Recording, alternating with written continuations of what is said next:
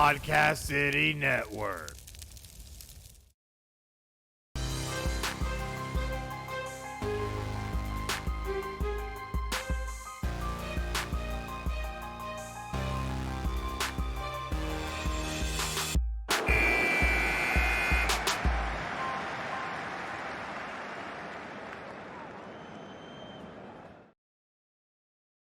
Hey guys, and welcome to another exciting episode of Final Score, episode 102. And yes, this one is pre-recorded just because we had all kinds of technical issues with the weather.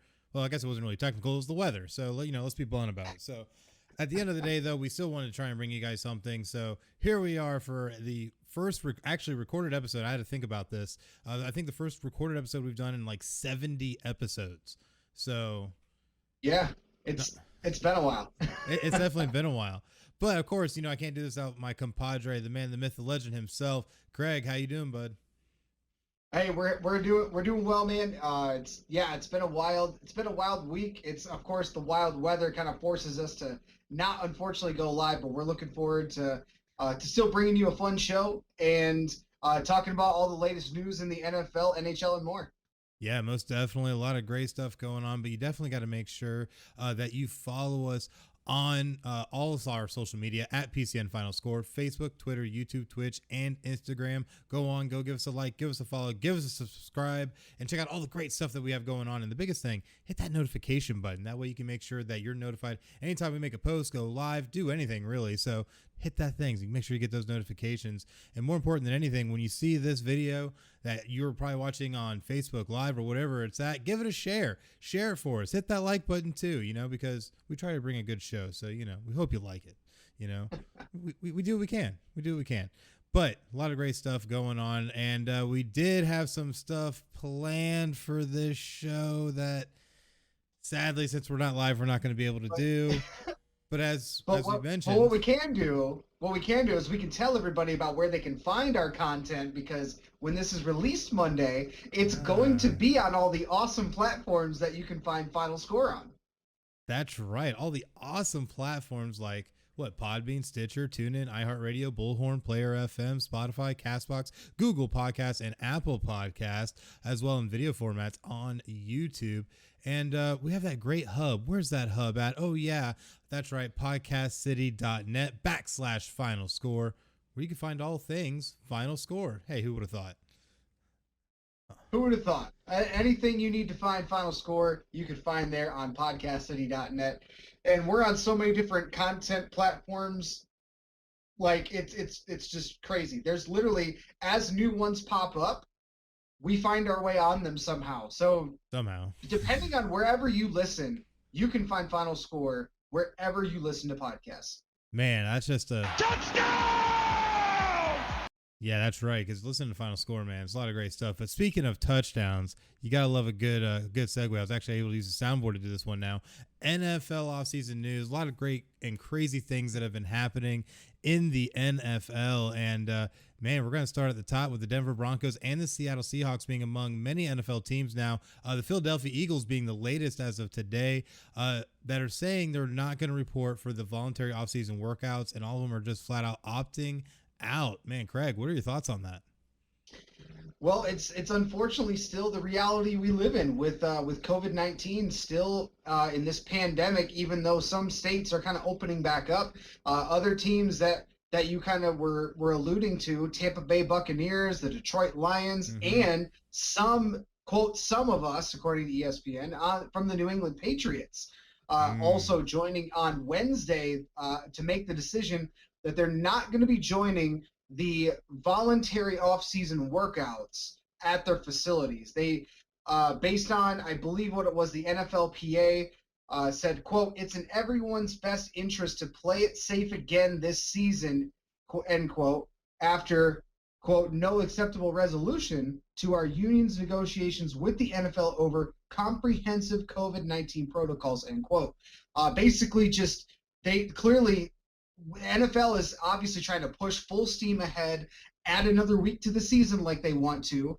And the Players Association is like, hey, whoa, like we went through this last year and we did it because we thought it was going to be a one-off year, right, and everything will go back to normal. But clearly, everything's not going back to normal, at least not anytime soon, even with the vaccines readily available in many places.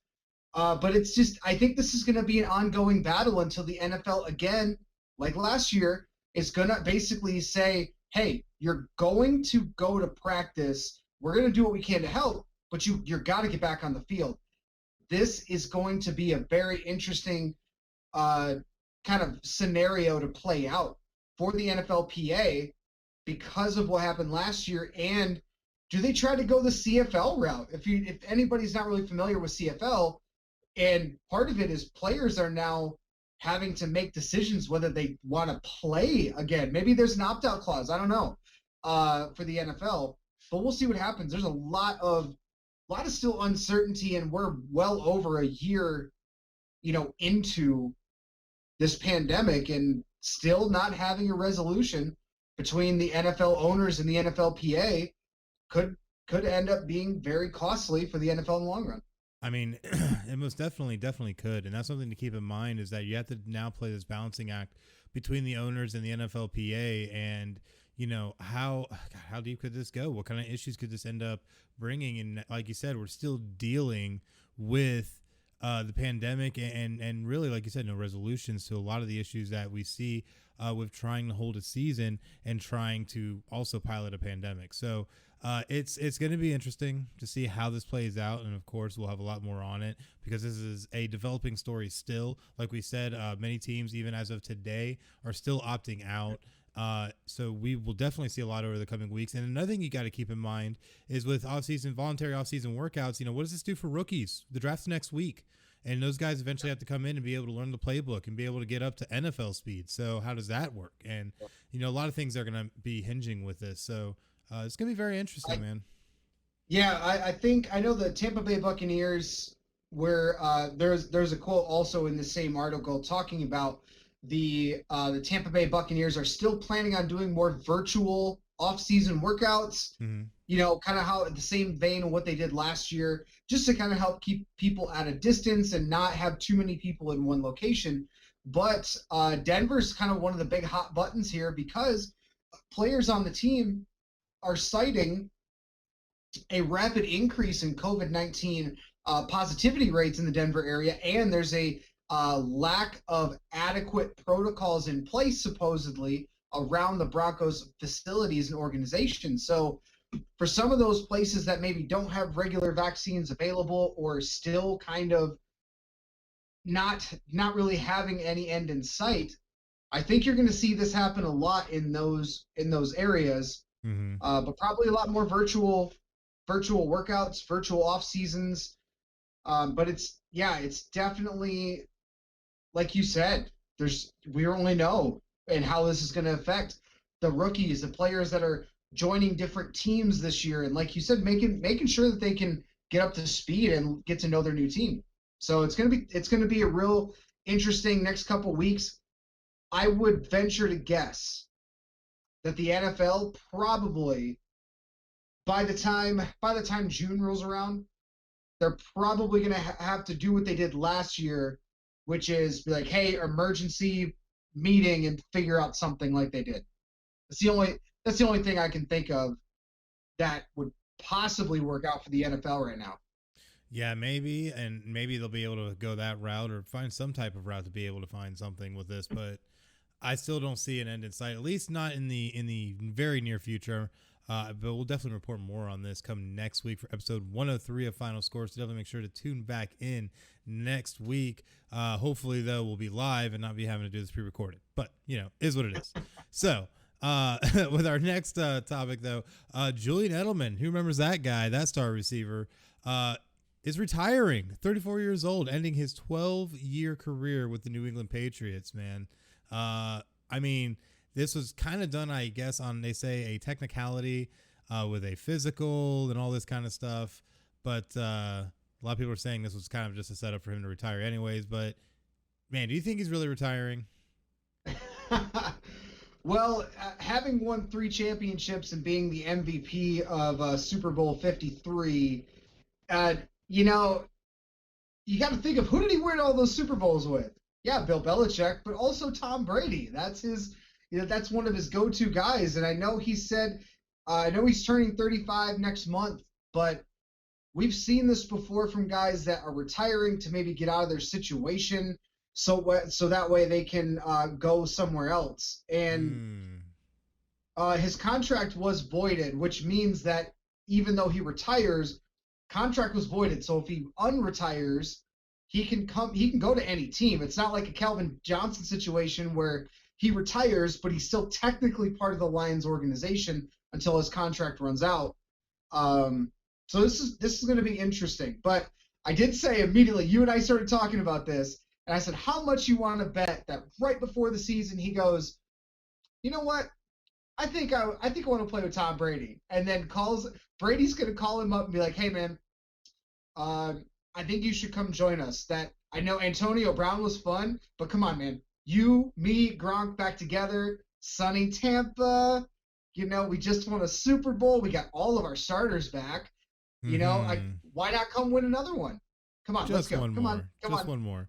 Come fill in for AB real quick so we can go win one more ship, to put over here in Tampa Bay. Man, that'd be crazy. Absolutely crazy. But it's sad. I could see it happening easily. And at first I scoffed at this idea when you initially said it. I really did. I was like, you know what? There's no way Julian Edelman's going to do that. He's done. It's 12 years. I flat out there's laughed no at way. you. And I was There's like, no watch way. it. And now I've been sitting here stewing on it, and I'm like, damn it, he's right. It could happen. I mean, come on. All these old timers just went down to Florida like old timers and won a Super Bowl. Come on now. God, it's absolutely crazy. But you know what? It's not as crazy, though, in some cases, to see James Conner, who's left the Pittsburgh Steelers, now signing with the Arizona Cardinals. Man, that's hell of a move. But honestly, I kind of like it. What do you think about it, man? Well, this was a great story for him to come up, and he went to Pitt, and then having all of his health issues and having cancer and all that kind of stuff, and really part of what this is going to do is now you remember in that offense, it's just going to be him and Chase Edmonds in that backfield to at least start the year, and you kind of saw what happened in Cliff Kingsbury's offense with some of those running backs is they can be effective. And if Connor can get back to his 2018 Pro Bowl type year, but it's going to be a very effective weapon in that Cardinals offense. One thing of note that we do want to point out is that his old running backs coach from Pittsburgh is in Arizona, James Saxon. So his old running backs coach is in Arizona, probably partially why he wanted to make this move. And they were together in 2017 and 18, and that 2018 year was his Pro Bowl year. That is something very interesting to keep in mind with that. And I always like to move too, because you got to think with his dynamic running, and now that you're saying he's being paired up with the same running backs coach, and now Kyler Murray at quarterback, you got D-Hop on the outside. Man, this is a very, very potent Arizona offense that honestly could challenge the upper echelon of the NFL or the NFC West, and really maybe make a case to try and make a playoff run somehow.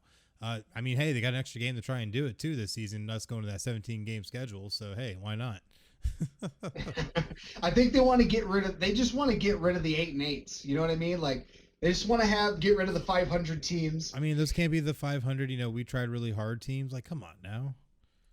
But yeah, it'll be interesting to see how him and Chase Edmonds kind of pair together, because Connor, when he's on, he's a dual threat. Like he is able to catch the ball out of the backfield. He's a pretty smart runner as far as like finding the holes, and the running scheme is probably going to be particularly similar, if not the same. Because if you have a running backs coach that's in one system and kind of moves over, they usually adopt certain things that are kind of going to help out that offense, which is why they bring them in. But yeah, they needed to fill the hole of Kenyon Drake leaving to go to the Raiders. So having James Conner to come in, maybe it's not as big of a name, but I think he can be equally as, if not more, effective than Kenyon Drake. Yeah, I honestly think he can be. So it'd be very interesting to see how that works out. But someone else who could really prove to be effective is one Jadeveon Clowney, who's now reached a 1-year deal worth up to $10 million with who? The Cleveland Browns. Look at the Cleveland Browns with a dynamic defense that now features Jadeveon Clowney. What do you think about that, Craig? Well, we were talking about this after the first wave of free agents kind of came and went, and Jadeveon Clowney was not a part of that group. Mm-hmm. And we were wondering, okay, well, where could he go? And you had to think that at this point in his career, yes, he's still only 28 years old, but he's had so many ups and downs throughout his career already that he's kind of at the end. He's already at that window to where, okay, he's a veteran. He's not going to get the big money, so he's probably going to go sign with a team that is a possible contender. And to have him now paired up against opposite of Myles Garrett, this pass rush could be scary, like legit scary in the AFC North. And that 1 year is worth up to $10 million. So I mean that if he hits all of his incentives, he'll get that. But I think having him be now the number 2 option, he's not going to be the number 1 pass rushing option. So he's not going to get double teamed as much. I'm now going to be intrigued to see how effective will he be, because he's been known to take plays off. Oh yeah, he's been known to take plays off. So now when you're opposite Myles Garrett, who works so hard almost basically every play, is that going to rub off on him? Is Jadeveon Clowney going to kind of get back to that dominant force that everyone hoped and thought he could be? I wonder if maybe this is why he signed with Cleveland to begin with, is that maybe he feels like, you know what, I need to find a little fire. Who can I pair up with that's nasty, tenacious, and everything I am or was, and you pair him up with Myles Garrett. I mean, that seems pretty, logical. Maybe this is what reignites his career a little. And here's a fun stat to think about. You know how much we love stats on this show. We do. Even though Jadeveon Clowney's not the dominant force that everyone kind of was hoping he would be, but over the past 3 seasons, Clowney has ranked 5th in the NFL with a pass rush win rate of 25%, 5th in the NFL. You know who else is in the top 5? Myles Garrett at 26%, who's ranked 3rd. Ooh.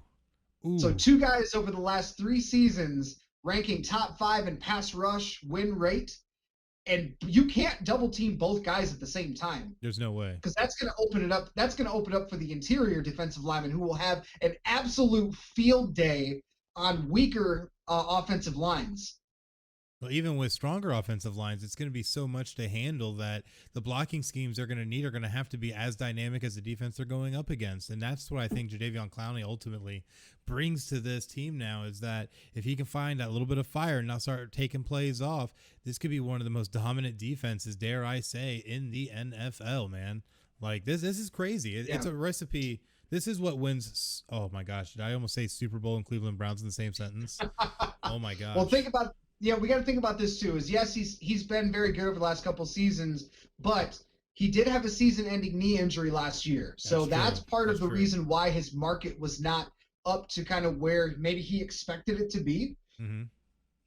So this is probably why maybe he decided, hey, let's just take a 1-year deal, show everybody that I can be dominant, and maybe he uses this as a springboard to get a bigger contract next year, because in all intents and purposes, the NFL salary cap will probably go up next year if they're allowed to have fans again and all that kind of stuff. So he's probably thinking a little bit more long term.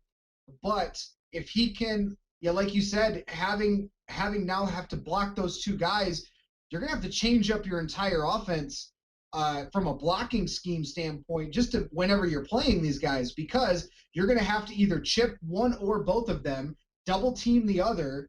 And you're probably going to have like a running back in there to help block or something. You're going to have something which takes an offensive weapon away. And so for Clowney, this is a win-win scenario. He's either going to make $10 million and, that's about it. Like, he's going to be on a team that's going to probably be pretty successful in the AFC North, or he has a dominant season. They win more. He has better stats, and then he gets a bigger contract next year anyway. Yeah, win-win. It's a win-win scenario for him. Definitely is very win-win. So we'll definitely see how that works out, and definitely make sure to find out here more come this fall when the NFL season gets going. But something else that's going to be getting going is that NFL draft next week, and we're going to have a little bit of an NFL draft preview special next week. So you definitely got to make sure that you are here for episode 103 as we do that there. And it's going to be a lot of great stuff because as part of it, we're going to present our top 5. That's right, the final score top 5 of the top 3 position groups in the draft, which will be announced later this week. So definitely make sure to keep your eyes peeled at PCN Final Score. That way you can make sure to see what position groups we're going to cover. And the first one's going to be announced now. Obviously, quarterbacks. Top 5 quarterbacks will be announced on episode 103. So definitely make sure to join us next week. The other 2 will be announced later this week. We'll also have a bunch of other exciting surprises, including the huge surprise that we had originally planned for tonight. That'll be part of our NFL draft preview special. Honestly, you know what? It's more fitting. It should be part of the preview special. Why not? And of course, also this week, we want to get your guys' take on stuff. So definitely make sure to check this out. And we'll be making a post on this tomorrow with all the information. We'll be putting up a poll on the Final Score Hub at podcastcity.net/Final Score, where you can go on and vote for the top 5 players that you think will be taken in the NFL draft. You'll be able to go on there, put in your selections, and submit that directly to us. And then we'll be able to also present that as part of episode 103, the NFL draft preview special. Man, so much to say, so much to do, but it's going to be a lot of great stuff. Really exciting time. So definitely make sure that you guys check it out. But to do so, at PCN Final Score, give us that follow. Whew, man, so much to say. So much to say. But you know what? I might actually have to just take a moment off and throw the next one to you because it's really important. And a lot of stuff we do hinges on the beautiful, beautiful things that we wear. That was probably one of the most interesting segues I think you've used on this show. Well, you know, it's because I'm wearing a Final Score shirt, so you know I gotta do what I can. I know. I've got mine coming in soon. Actually, one of my the new ones. I'm not. Come on. I have our own gear. I just don't have the new stuff yet. Still working on it. We're waiting on it. Okay. Waiting on the shipping. It's okay. This is the Black Mamba edition. People don't even have this one. I'm so cool. I know. That's literally one of one. Yeah, one of one. The Black Mamba edition. Maybe I'll have to actually make an edition of this at some point. But yeah, this is the OG. But all the great Final Score merch we have, where can they find it? Yeah, well, you can find all the brand new Final Score gear with our brand new logo that we debuted in episode 100. You can find all of that at PCN Shop, where we've got everything you need. If you need a neck gaiter to help you with COVID-19 to protect yourself, you need a mug for your morning coffee, or if you just want a T-shirt to represent the brand new Final Score logo, the new Final Score swag, we've got you covered. Get the latest apparel and gear for your favorite podcast and for Podcast City Network by visiting podcastcity.net/shop and checking out the lineup. Everything we have is always it's regularly getting updated with new items, new logos, of course, with the different branding that Final Score's gone through. It's a lot of fun to kind of check those things out and see how you can deck out your office, your living room, what you wear, everything. You can deck yourself out in complete Final Score gear. Just go to podcastcity.net/shop. Absolutely. A lot of great stuff going on there. But now it's time for a little bit of NHL with JDM. And JDM couldn't join us live for this segment. He did something pre-recorded and sent it to us because he's such a great guy. And that guy's always busy. Like what he's doing right now is crazy. I think he's doing like roller hockey or some stuff, like taking dudes out. But he recorded what he called the El Sucio, El Dulce y El Malo trade deadline edition. And, you know, I try to be cultural. Anyways, really great stuff, man. I tell you what, he did call out your Red Wings too. So you need to be careful, man. He's going to get you. But we're going to go ahead and play that segment now and hope you guys enjoy.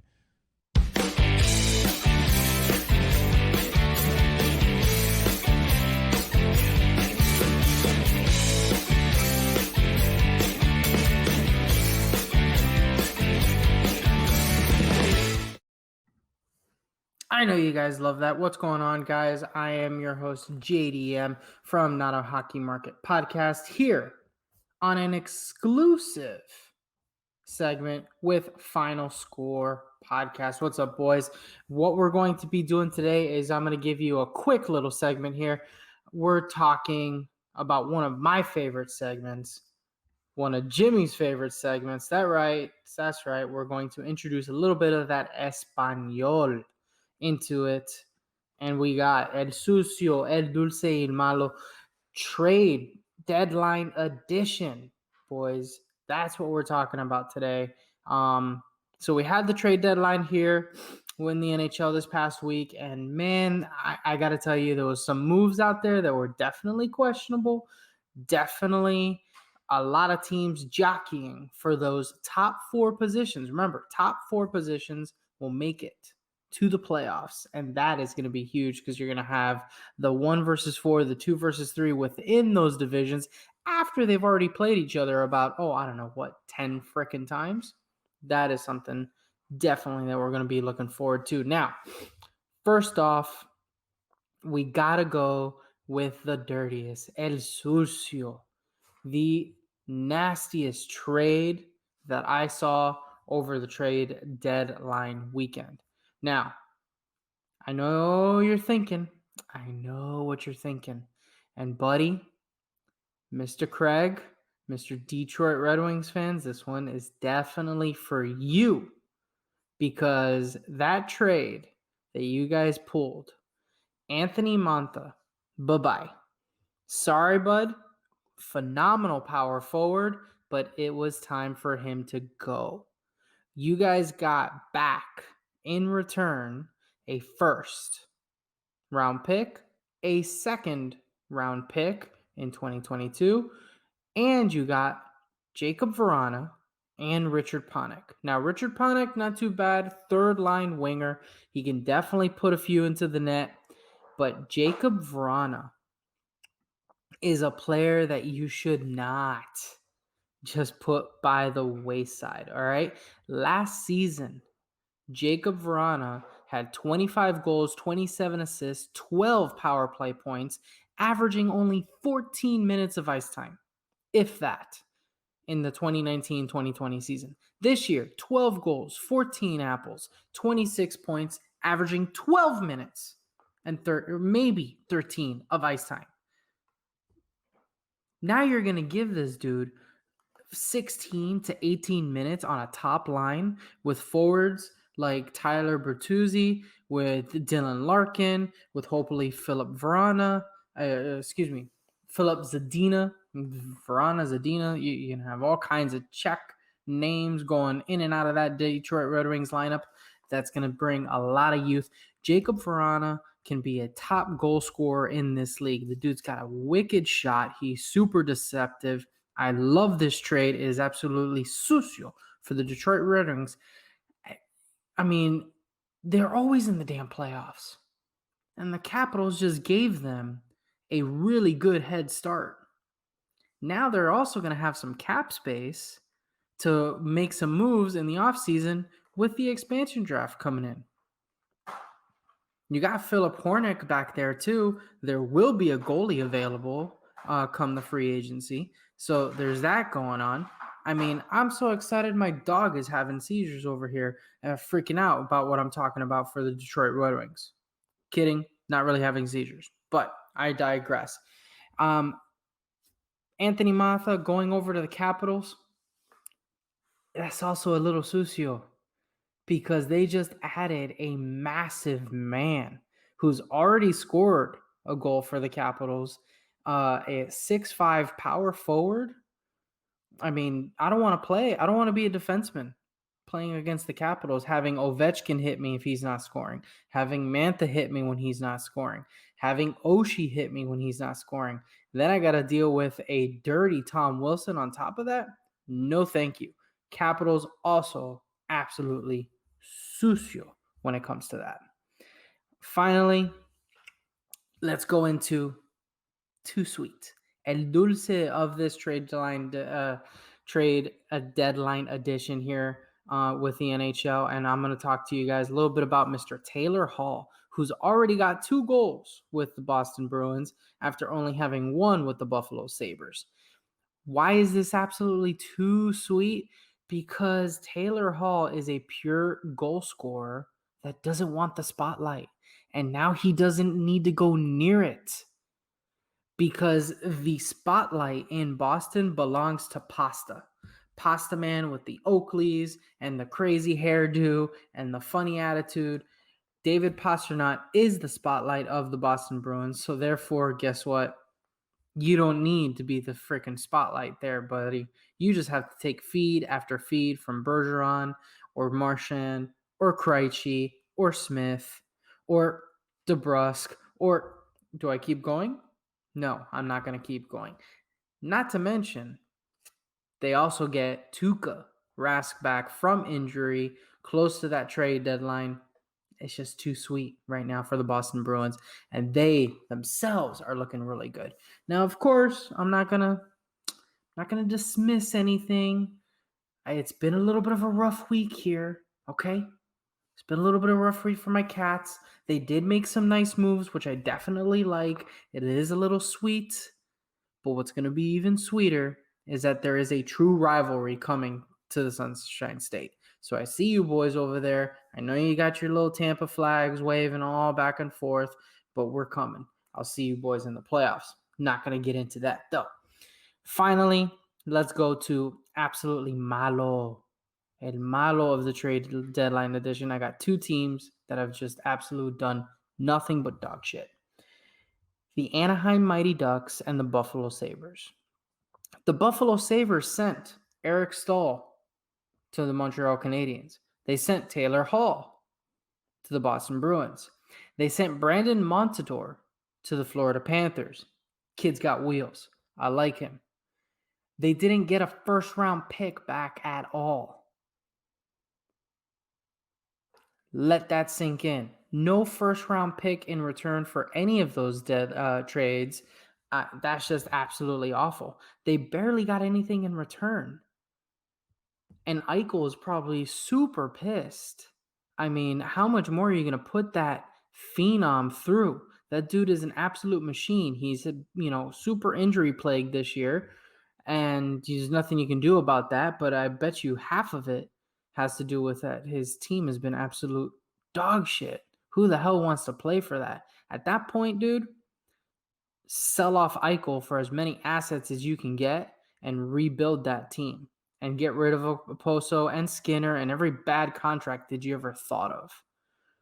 Secondly, out west, the Anaheim Mighty Ducks. I felt like they had the opportunity to do a really quick rebuild here where they could have gotten rid of Josh Manson. They could have gotten rid of a Ryan Getzlaf and a Richard Barkell. Easily gotten 2 first-round picks to go along with the Trevor Zegras, the Max Comtois, players, and and the Max Jones, a young core of players, and they could really rebuild around. And then when you have John Gibson as your netminder, makes those young guys give them a little bit of confidence, knowing that they have a future Vezina Trophy winner over there, backstopping them. Yeah, his numbers ain't gonna be great dealing with a young team, but they were close to a quick rebuild. So, boys, that's all I got for you for today on the El Sucio, El Dulce y El Malo trade deadline edition here. JDM with the Not a Hockey Market podcast. Once again, you know what to do. Make sure to follow us on all of the social media channels at 90 Miles Media, at Couch Dads Podcast, at Podcast City Network, and of course at PCN Final Score. Final Score fans, adios. It's been a pleasure.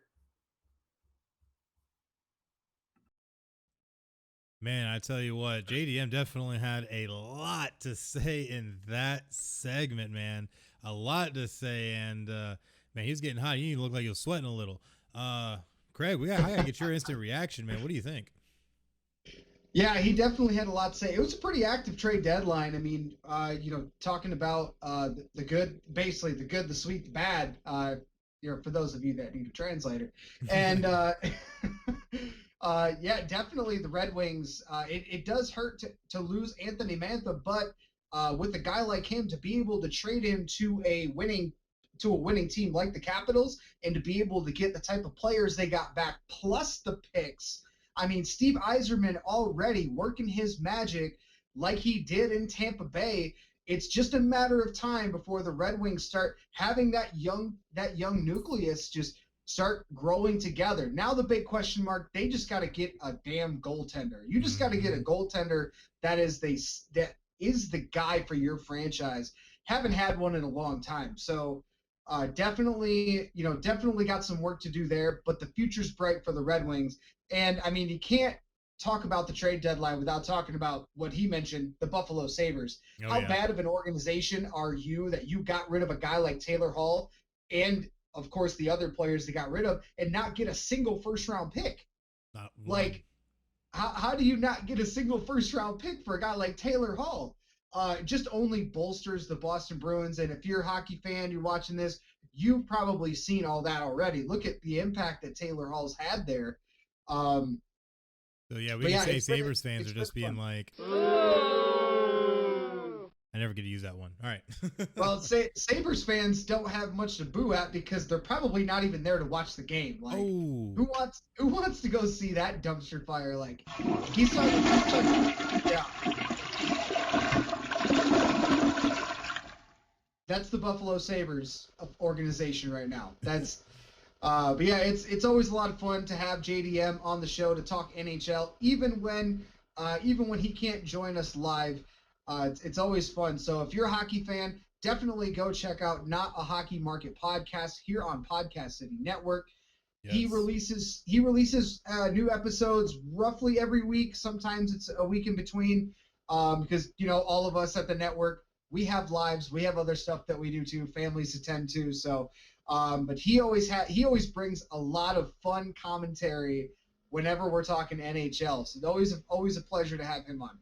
Yeah, most definitely, and he always definitely brings a certain amount of charisma and enthusiasm that is unmatched by many, because he's JDM. It's good old JDM. But JDM just as awesome as the parent network we all sit on itself, Podcast City Network. Craig, what can you tell us about that? Well, FinalScore is a proud member of Podcast City Network. PCN has 20 independent podcast members across all genres of podcasting. You can find more about PCN on all major social media platforms, Facebook.com/Podcast City Network, Twitter @PodcastCityNet, search YouTube, keywords Podcast City Network, and of course at their website, podcastcity.net. We're always looking for interested podcast hosts and content creators to join the network, but we understand that we may not be what you're looking for right now. You may just need a new logo or an intro, outro, video music for your show, live stream hosting for those live broadcasters out there like ourselves, voiceover work, or maybe some one-on-one consulting to help make your podcast better. No matter the need, we have you covered. Just go to podcastcity.net/services and fill out the contact form for an estimate so we can help you reach your podcasting goals. Oh, man. Be creative, be independent, be yourself. Podcast City Network. That took me a little bit because that's usually something you read, and I'm like, oh wait, I haven't read through this before. I'm reading through this the first time as I'm reading it. No, it's good. It's good though. No, it's all good. It's all good. You can still English today, so it's okay. But no, in our next segment though, is honestly a pretty interesting one. Michael Jordan has been selected to present the late Kobe Bryant at the Hall of Fame ceremony, the Naismith Memorial Basketball Hall of Fame. And what will be a really, honestly, huge moment seeing Kobe Bryant get enshrined. This, with Michael Jordan being what's considered the pinnacle of basketball, coming in to do this, I think it is absolutely huge on so many levels. But just because I think they needed somebody with enough gravity, honestly, to be able to present Kobe, because we are talking about Kobe Bryant. So, man, I just want to get your thoughts on this. Well, I think it's only fitting that Michael Jordan enshrine Kobe Bryant into the Basketball Hall of Fame. Yeah, it could have been somebody like Shaq, but there's a history there, and however you want to look at their history. But Kobe Bryant was the closest thing that our generation got to Michael Jordan, as far as like the way in which he played, that, you know, the Mamba mentality. Like, Mamba mentality was Jordan's thing before Mamba mentality was a thing. Mm-hmm. Like, Jordan would take like the smallest little comment, the smallest little thing, and he would use that as his motivation to go drop 55 on somebody. Like, Like literally it was for no nothing. reason. But I mean, it's just how close those two had gotten a little bit throughout the course of their careers. But to have him being Michael Jordan to enshrine Kobe, I think it's extremely fitting. I know it's a huge honor. It would be a huge honor for Kobe for Michael to do it, but I know it's a huge honor for Michael to put Kobe in the Hall of Fame too. Mm-hmm. And of course, there's other people that are being enshrined in the Hall of Fame as well. David Robinson is presenting Tim Duncan. Any basketball fan that's followed their careers know those two were the Twin Towers in San Antonio, which that moniker quickly got swept under the rug after September 11th. Yes. Quickly got swept under the rug. Isaiah Thomas presenting Kevin Garnett. That's an interesting one for sure. But having then Hakeem Olajuwon and Calvin Murphy will present Rudy Tomjanovich. Those are pretty good. A few others, of course, that are going to be in the Hall of Fame. Eddie Sutton will be presented by former player Sidney Moncrief, who's a former assistant, and Kansas coach Bill Self, John Calipari. All of them are going to be kind of inducting Eddie Sutton into the Hall of Fame.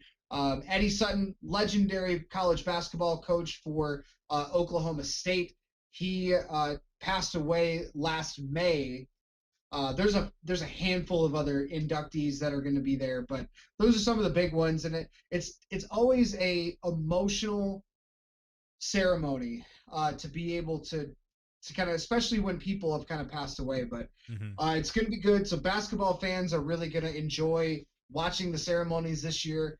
It's going to be good. It's going to be gut wrenching. It's going to be pulling on your heartstrings.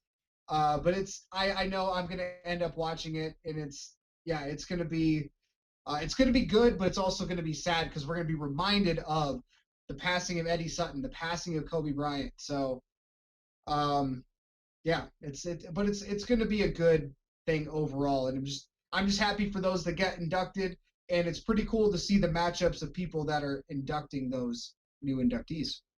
Absolutely, and honestly, as you see through a lot of these pictures that are scrolling through now of Kobe and Michael Jordan playing against each other, or with each other, as the case may be, it was just great that I feel Michael got chosen as that person. I don't know what kind of process they went through, whatever, but I think I have to agree that it is completely fitting in every way that Jordan is presenting Kobe. What new inductees do is them and their families, they choose from current Hall of Fame members already to induct them, which is why you'll see some of those things. Like that's why it's not Shaq, even though that probably could have been made possible, but I'm sure it could have. which is why you'll see Isaiah Thomas in there, Hakeem Olajuwon, current member as well. So yeah, it definitely makes sense now. And hey, look, you learn something new every day.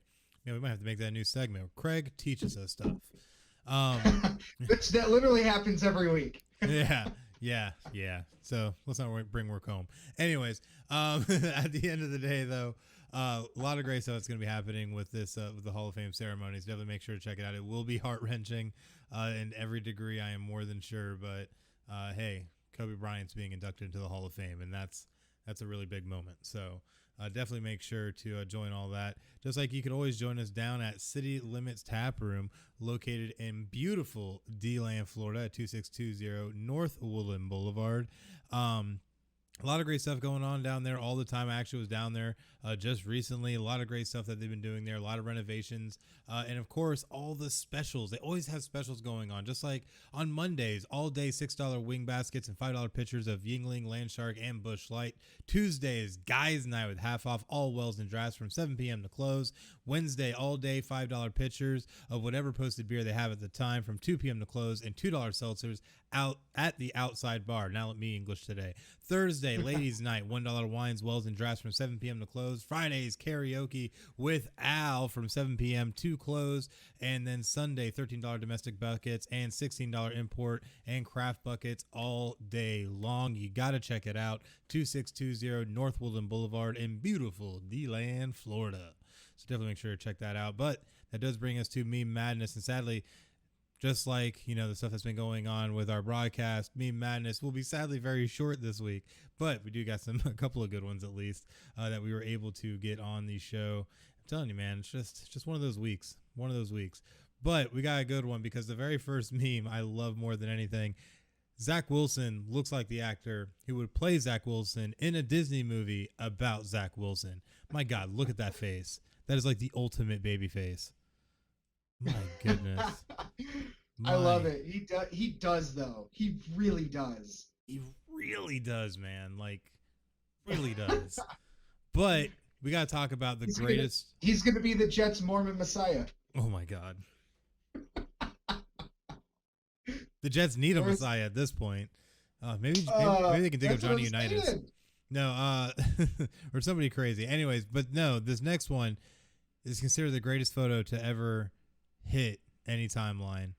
And that was the Dallas Cowboys celebrating with 1:13 left in the fourth quarter, up 3 on the Green Bay Packers.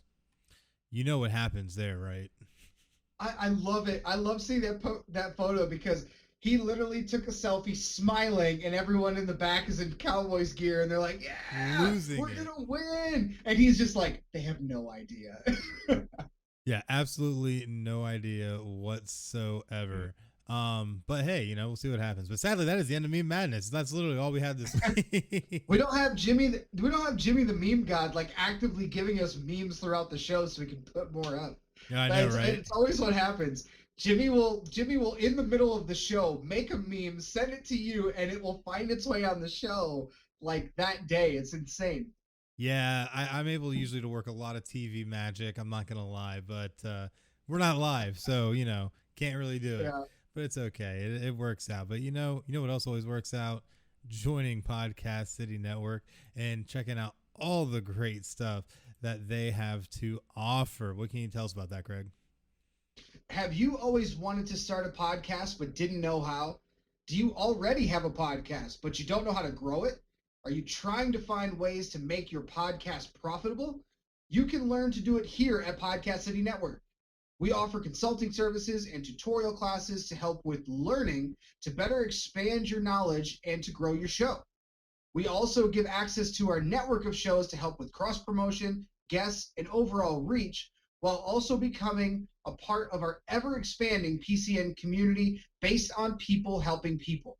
The best part is there's no membership fee. So what are you waiting for? Go to podcastcity.net/join now and join the fastest growing independent podcast network, Podcast City Network. Oh man, you say it so well. Look at you go. You go. It's like I've done sports casting in my prior life. Oh my goodness. Did you hear that? It's almost like I went to school for it. It's almost like you did. Oh man, look at that. You just got to go do something like the good old give or go. Oh, look at that. Look at that segue. Can't beat that. But no, it is now time though for the good old give or go. And we definitely have some good ones this week. And I'm going to throw the first one at you. The NCAA Division I Council, the panel formally approved the new transfer rules, which includes a one-time no-sit rule where you can transfer and not have to sit out the season. Give or go. Oh man, this is a can of worms. The NCAA just opened up. And so however you look at it, you could be on the side of the fence like the old timers like Dick Vitale who say that this is going to destroy college sports. It's not going to destroy college sports. Put it that. But it's also helping out those kids that, okay, like when you, so here's a good thing. Imagine this. You're choosing to go work somewhere, or let's say you go to a job, like you're in college and you go to an internship and they're like, yeah, we're going to pay you this amount, or we're going to do this for you. We want you to come work for us. We want you to come to this school and you're going to get XYZ. And then when you get there, it's like, dude, it's like going on a Tinder date where the pictures look really good and you get there and you're like, whoa, this is not what I signed up for. Oh my God, you use a Tinder reference. I love it. You're damn right I did. You know what? Just for that Tinder reference. All right. Right. That's what this is basically like for college kids that get wooed by these colleges to go play at these programs. Then when they get there, they don't get the playing time they were promised. They don't they literally get promised these things and then they don't get them. Like, I understand why this is changing. And I actually applaud it, because now, let's say for instance, you and I go get college scholarships to go somewhere, and the coach that recruited us left for another school, or left for whatever reason, not getting fired, but left. That bastard. Or maybe even got fired. Now, like, the door is open for the first time transfer. You can now switch to another school with no penalty. This is huge. Gentlemen, huge. Let's broaden our minds. Yes, this is huge. Like, I cannot emphasize like how big this is going to be for some of those programs, because think of a school like Alabama. Michigan's going through it right now. Michigan's got so many players leaving, and those players are going to go to other schools and immediately get playing time, and they're going to immediately raise the level of that school, whatever school they go to. This helps college football as a whole. Yeah, I would not be surprised to see some of the smaller, like considered mid-major schools in college football start going after, like, think about this. How much of a position now is a school like UCF with Gus Malzahn? And now think about this. If a player goes to Alabama or wherever, or maybe they go to Auburn, God forbid they go to Auburn where Gus Malzahn coached, and then they find out that they didn't get what they were promised at a school, and now you can go to a place like UCF who's got the recent history in the media, and like this could be big for those smaller schools, like the non-power conference schools. This is enormous. I love it. It's much more challenging because now these coaches have to stick to their word. Absolutely, they do. And think about it too. This levels the playing field, because if you look at the trickle down effect of it, you're going to see where there's going to be smaller and smaller schools being able to suck up more even from the bigger schools. It'll literally will trickle all the way down, and the whole entire level playing field is now going to be raised from the bottom up. Everything's going to just start coming up.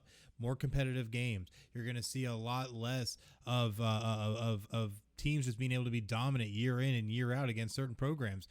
You're going to see a competitiveness that we probably haven't seen in decades, really, decades. And it's going to be because of this rule, honestly.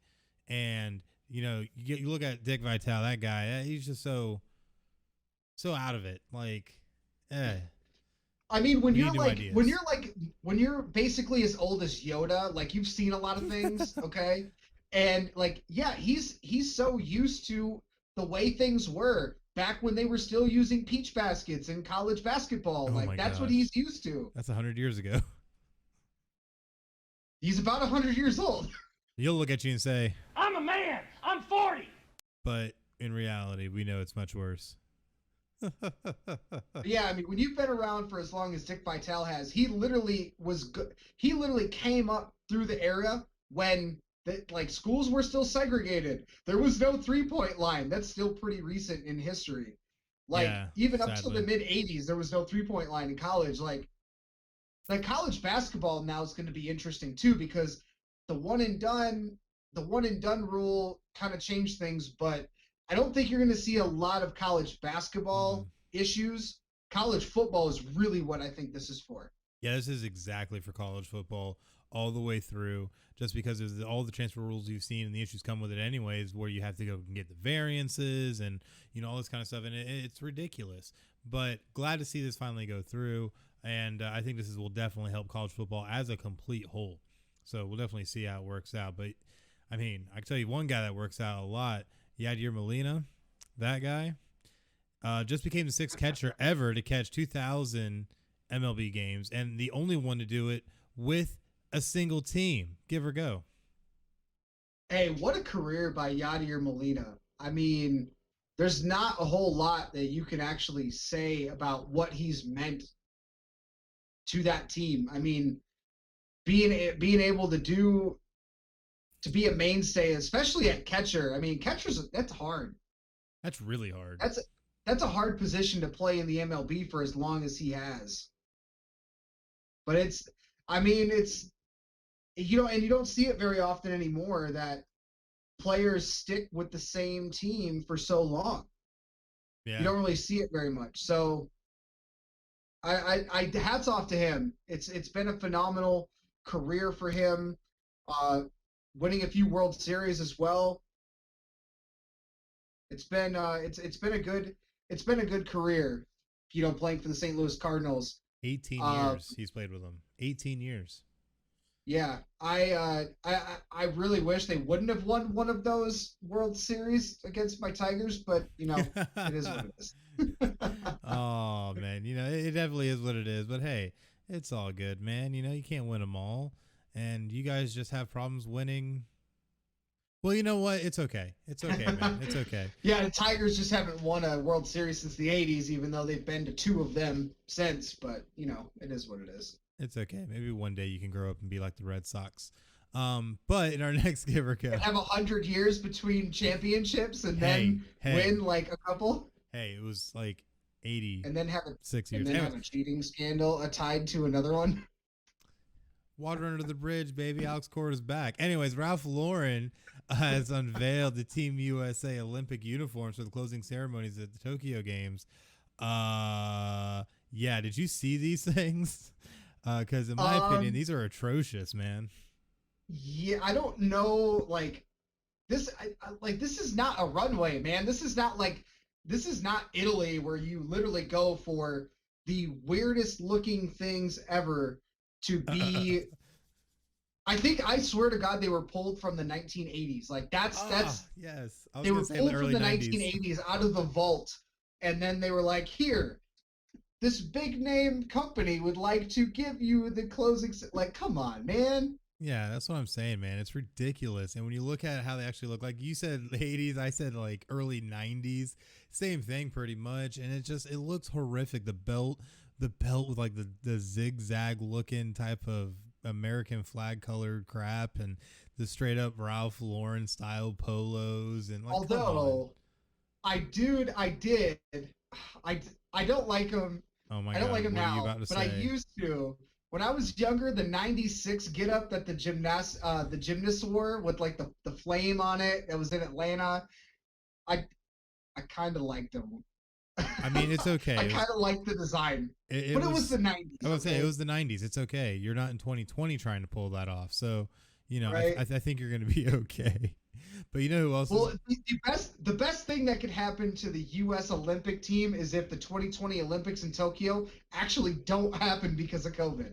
I mean, they'd be very lucky, but now they're not even letting fans like from other countries come in to watch the game. So I don't know, man. I think they're doing everything they can to make sure it happens. We'll see. There's still some time. There's still a little bit of ways to go before we get to the Olympics, but yeah, there is. So a lot could happen between now and then. You never know. But something that we are learning a lot about is Dwayne Wade, who has now bought an ownership stake in the Utah Jazz and wants a hands-on role. Dwayne Wade getting his feet wet. Craig, what do you think?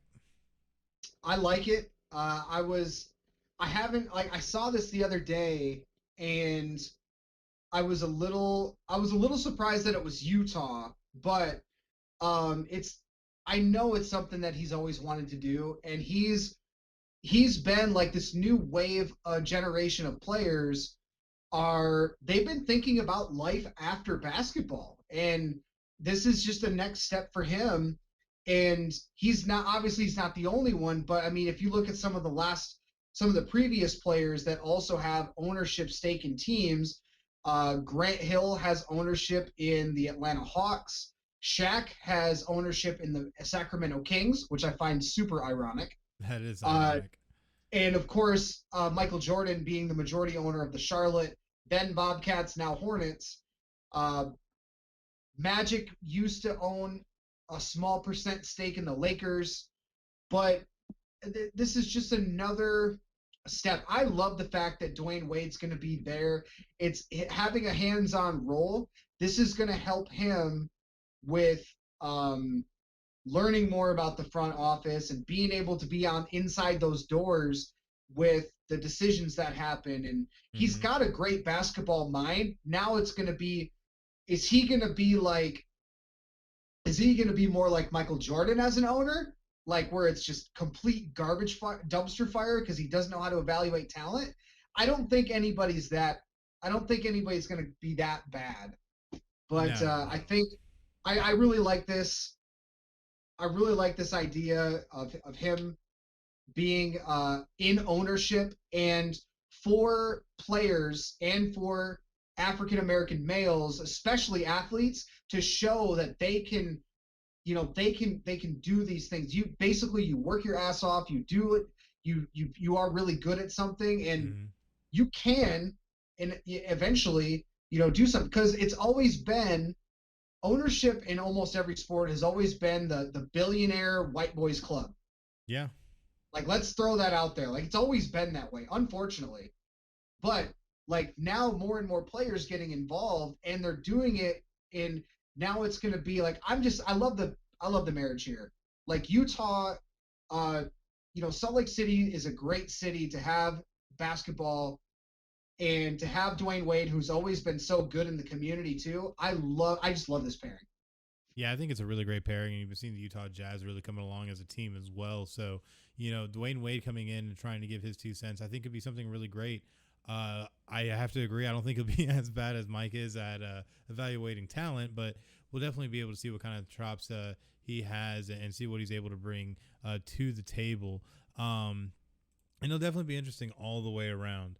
But hey, man, we'll see how it goes. But that was I'm a little surprised though, real quick. I'm a little surprised he did not try to buy ownership in the Miami Heat, because him obviously being there for so long in his career, and supposedly owner Mickey Arison said they had negotiations about Wade being a part owner. So that's an interesting little wrinkle, but now but I think it's a really good pairing, him being in Utah. Yeah, I think it definitely is a great pairing, and we'll definitely see a lot more of this in the future. So definitely make sure to check back with Final Score, and we'll let you know how it goes, because, hey, it's what we do. But that has been our give or go. Definitely a pretty good one this week. But that does bring us on to PodChaser, because if you didn't know, Apple Podcasts isn't the only source to be able to, the only credible source to be able to rate and review podcasts, because PodChaser is now your new daily source for podcast discovery. You can follow creators, browse every podcast ever, and rate and review episodes.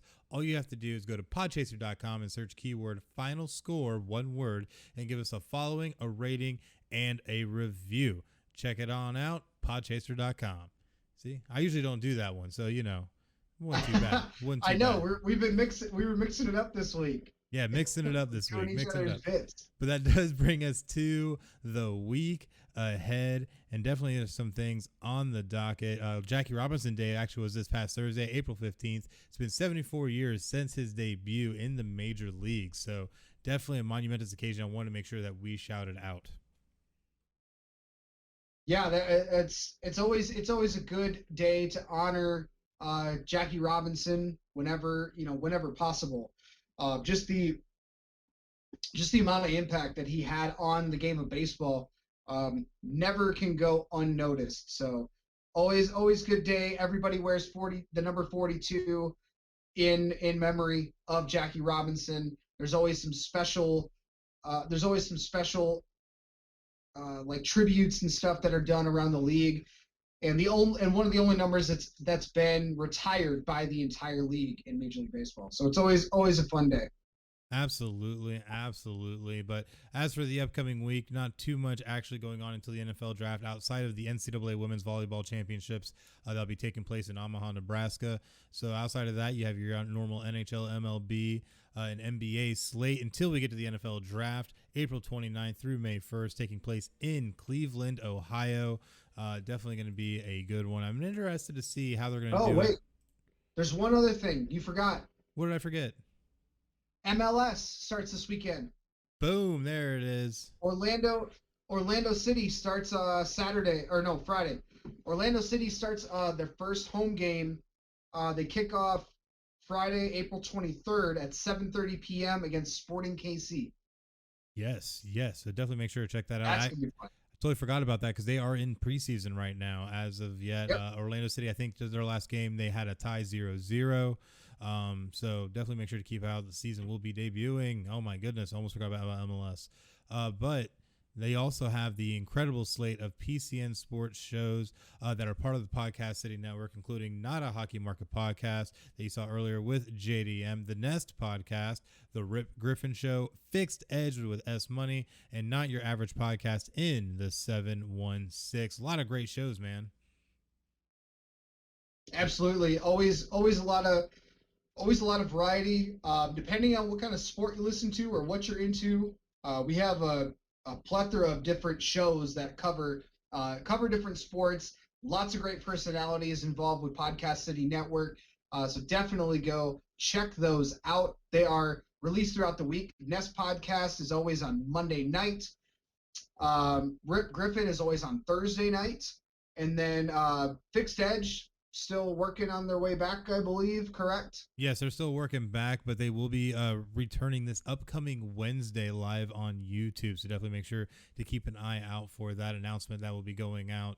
Official episode graphic, I think, is supposed to be dropping tomorrow. So definitely keep an eye out for that as well. And Not Your Average Podcast and 716 just released a recent episode over the last couple days. So definitely you can check all of those out. podcastcity.net, or you can find them on PCN's Facebook and Twitter feeds. We always are going to highlight those shows whenever they drop new episodes. So definitely check them out. Absolutely. Make sure to check them out and all the great stuff that they offer. But that does conclude this week's pre-recorded show. We thank you guys so much for watching. We'll definitely see you next week for episode 103. Any last words, Craig?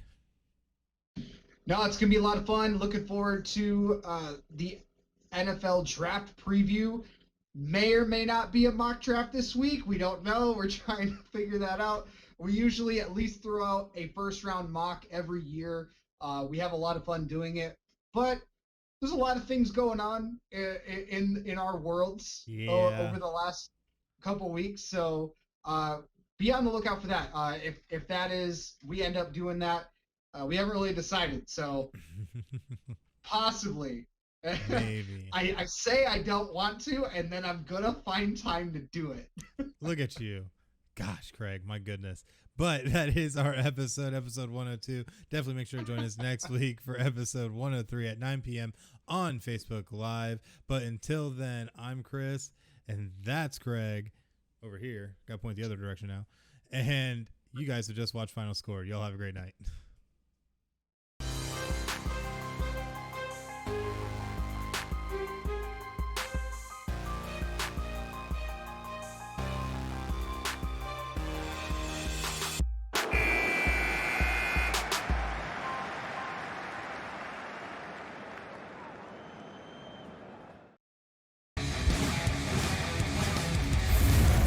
Podcast City Network.